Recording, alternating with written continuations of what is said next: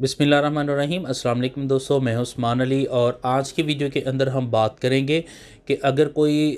Foreigner women है और उसने किसी पाकिस्तानी के साथ जो है वो शादी की है और इस वक्त आउट ऑफ कंट्री के अंदर वो रहाइश पजीर है और पाकिस्तान के अंदर उसकी मैरिज रजिस्टर्ड है और वो अगर अदालत से जो है वो डिवोर्स जो है लेना चाहती हैं, अपनी शादी को मनसूख करवाना चाहती हैं,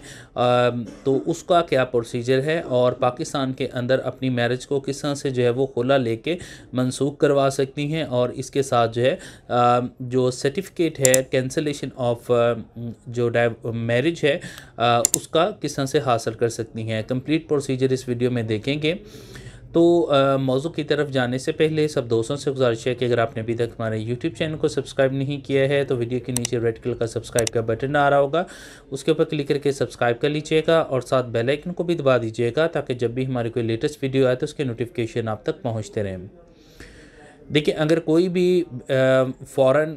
ख़ातून है और वो पाकिस्तान के अंदर किसी भी पाकिस्तानी के साथ उसकी अगर शादी हुई है और उसकी मैरिज जो है वो पाकिस्तान के अंदर रजिस्टर्ड है, तो और किसी भी वजह से अगर वो शादी को मनसूख करवाना चाहती हैं, खुला लेना चाहती हैं पाकिस्तानी कोर्ट से, और इस वक्त अगर वो आउट ऑफ कंट्री जो है वो रहाइश पजीर हैं, तो इसके लिए खुला लेने के लिए पाकिस्तान के अंदर किसी भी वो शख्स को, वो उसका कोई भी रिलेटिव भी हो सकता है और इसके अलावा कोई और पर्सन भी हो सकता है, उसके नाम के ऊपर एक पावर ऑफ अटॉर्नी तैयार करवाएंगी। जो भी आपका अटॉर्नी होगा, वकील होगा, वो आपको एक पावर ऑफ अटॉर्नी जो है वो लिख के आपको भिजवा देगा, जिसको आपने वाइट पेज के ऊपर आपने प्रिंट आउट निकालना है और निकालने के बाद आपने एम्बेसी से अटैच करवा के पाकिस्तान में जिस शख्स को आप पावर ऑफ अटॉर्नी दे रही हैं उसको आपने भिजवा देना है। और अगर जो है वो एम्बेसी से अटेस्टेशन पॉसिबल ना हो तो आप नोटराइज़ करवा सकते हैं, लेकिन कोशिश करनी है कि आपने एम्बेसी से ही उसको अटेस्ट करवाया जाए। अटैच करवाने के बाद जो है वो पाकिस्तान की कोर्ट्स के अंदर बिल्कुल ऑर्डनरी तरीके से, जिस तरह से आम जो है वो पाकिस्तानी जो है वो ख़ातून जो है वो अदालत के अंदर केस जो है वो फ़ाइल करके प्रोसीड किया जाता है, बिल्कुल उसी तरह से जो लॉयर है वो केस लिख के अदालत के अंदर जो है वो केस दायर किया जाएगा। और दायर करने के बाद जो हस्बैंड है उसको अदालत जो है वो नोटिस जारी करेगी कि आपके अगेंस्ट जो है वो खुला का केस जो है वो अदालत के अंदर जो है वो पेश किया गया है।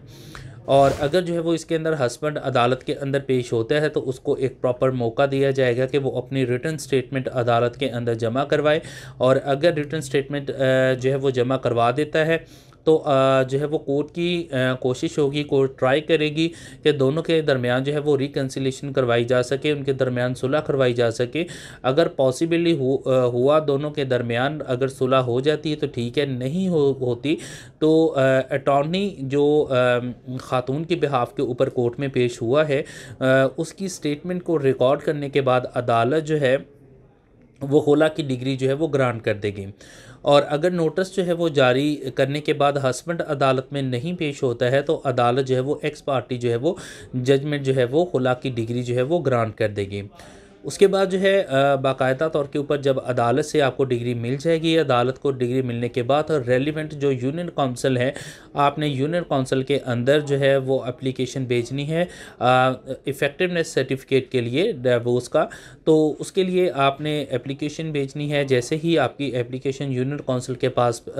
आएगी, यूनियन काउंसिल जो है वो इसके ऊपर हस्बैंड को नोटिस जारी करेगी और नोटिस जारी करने के बाद अगर हस्बैंड जो है वो वहाँ पे पेश होता है तो दोनों के दरमियान राज़ीनामा करवाने की कोशिश की जाएगी। अगर राज़ीनामा हो जाता है तो ठीक है, नहीं तो उसके ऊपर हस्बैंड की भी जो स्टेटमेंट है उसको रिकॉर्ड कर लिया जाएगा। इसके अलावा ख़ातून की जो स्टेटमेंट है उसके अटॉर्नी के ज़रिए, जो कि अटॉर्नी वहाँ पर पेश हो रहा है, उसके ज़रिए जो है वो उसकी स्टेटमेंट जो है वो अटॉर्नी की जो है वो रिकॉर्ड कर ली जाएगी। और रिकॉर्ड करने के बाद जो है इसके ऊपर सर्टिफिकेट जो है वो डिवोर्स इफ़ेक्टिवनेस का वो इशू कर दिया जाएगा। उसके बाद जो है वो मैरिज जो है वो इस तरह से डिज़ोल्व हो जाएगी। तो इस मौजू से मुतल्लिका अगर आपका कोई फर्दर क्वेश्चन है तो आप वीडियो के नीचे कमेंट करके पूछ सकते हैं। थैंक फॉर वॉचिंग एंड अल्लाह हाफ़िज़।